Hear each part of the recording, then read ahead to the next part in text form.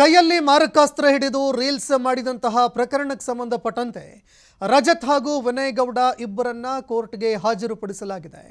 ಇನ್ನು ನಿನ್ನೆ ನಕಲಿ ಒಂದು ಮಚ್ಚನ್ನ ಕೊಟ್ಟಿದ್ದಾರೆ ಅನ್ನುವಂತಹ ಮಾಹಿತಿ ಲಭ್ಯವಾಗ್ತಾ ಇದ್ದಂತೆ ವಿನಯ್ ಗೌಡ ಹಾಗೂ ರಜತ್ ಈ ಇಬ್ಬರನ್ನ ಪೊಲೀಸರು ಅರೆಸ್ಟ್ ಮಾಡಿದ್ರು. ಅದಾದ ನಂತರ ಪ್ರಕರಣಕ್ಕೆ ಸಂಬಂಧಪಟ್ಟಂತೆ ಅವರ ಮೆಡಿಕಲ್ ಟೆಸ್ಟ್ ಕೂಡ ಆಗಿತ್ತು. ಮೆಡಿಕಲ್ ಟೆಸ್ಟ್ ಬಳಿಕ ಇದೀಗ ರಜತ್ ಹಾಗೂ ವಿನಯ್ ಗೌಡ ಇಬ್ಬರನ್ನ ಕೋರ್ಟ್ಗೆ ಹಾಜರುಪಡಿಸಲಾಗಿದೆ. 24ನೇ ACMM ಕೋರ್ಟ್ಗೆ ಇಬ್ಬರನ್ನ ಹಾಜರುಪಡಿಸಿದ್ದಾರೆ ಪೊಲೀಸ್ ಅಧಿಕಾರಿಗಳು. ರಜತ್ ಹಾಗೂ ವಿನಯ್ ಗೌಡಗೆ ಜೈಲೋ ಅಥವಾ ಬೇಲ, ಈ ವಿಚಾರಕ್ಕೆ ಸಂಬಂಧಪಟ್ಟಂತೆ ನ್ಯಾಯಾಲಯ ಎಲ್ಲವನ್ನೂ ಕೂಡ ಸ್ಪಷ್ಟಪಡಿಸುತ್ತೆ. ಕೆಲವು ಕ್ಷಣಗಳಲ್ಲಿ ಕೋರ್ಟ್ನಿಂದ ಆದೇಶ ಹೊರಬೀಳುತ್ತೆ ಅನ್ನುವಂತಹ ಮಾಹಿತಿಗಳು ಲಭ್ಯವಾಗ್ತಾ ಇದೆ.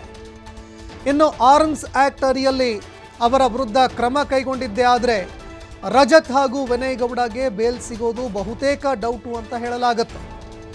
ಇನ್ನು ಮತ್ತೊಂದೆಡೆ ಅವರ ಪರವಾಗಿರುವಂತಹ ವಕೀಲರು ಇದಕ್ಕೆ ಸಂಬಂಧಪಟ್ಟಂತೆ ಯಾವ ರೀತಿಯಾಗಿ ವಾದ ಮಂಡನೆ ಮಾಡ್ತಾರೆ ಅನ್ನುವಂಥದ್ದನ್ನು ಕೂಡ ಕಾದು ನೋಡಬೇಕಾಗತ್ತೆ.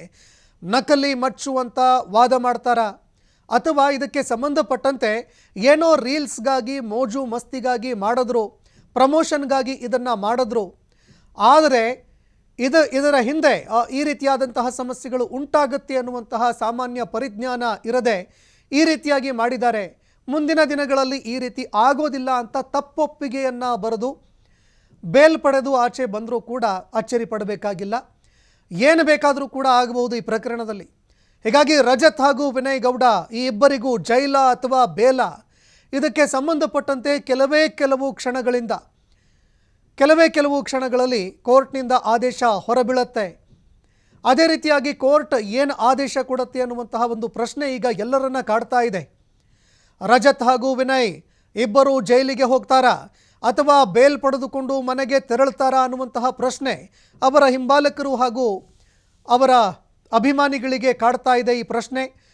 ಆದರೆ ಕೋರ್ಟ್ ಎಲ್ಲ ವಿಚಾರಣೆ ನಡೆಸಿದ ಬಳಿಕ, ಅಂದರೆ ಇಲ್ಲಿ ಪೊಲೀಸ್ ಅಧಿಕಾರಿಗಳ ಪರವಾಗಿ ವಾದ ಮಂಡನೆ ಮಾಡಲಿದ್ದಾರೆ ಕೆಲವು ವಕೀಲರು, ಅದೇ ರೀತಿಯಾಗಿ ವಿನಯ್ ಹಾಗೂ ರಜತ್ ಅವರ ಪರವಾಗಿ ವಕೀಲರು ಕೂಡ ಇಲ್ಲಿ ವಾದ ಮಂಡನೆ ಮಾಡ್ತಾರೆ. ಈ ಸಂದರ್ಭದಲ್ಲಿ ಯಾವ ರೀತಿಯಾಗಿ ವಾದ ವಿವಾದಗಳಾಗತ್ತೆ, ವಾದ ಪ್ರತಿವಾದಗಳು, ಅದೇ ರೀತಿಯಾಗಿ ನ್ಯಾಯಾಲಯ ಯಾವ ನಿರ್ಧಾರವನ್ನು ಕೈಗೊಳ್ಳುತ್ತೆ ಅನ್ನುವಂಥದ್ದನ್ನು ಕಾದು ನೋಡಬೇಕಾಗತ್ತೆ.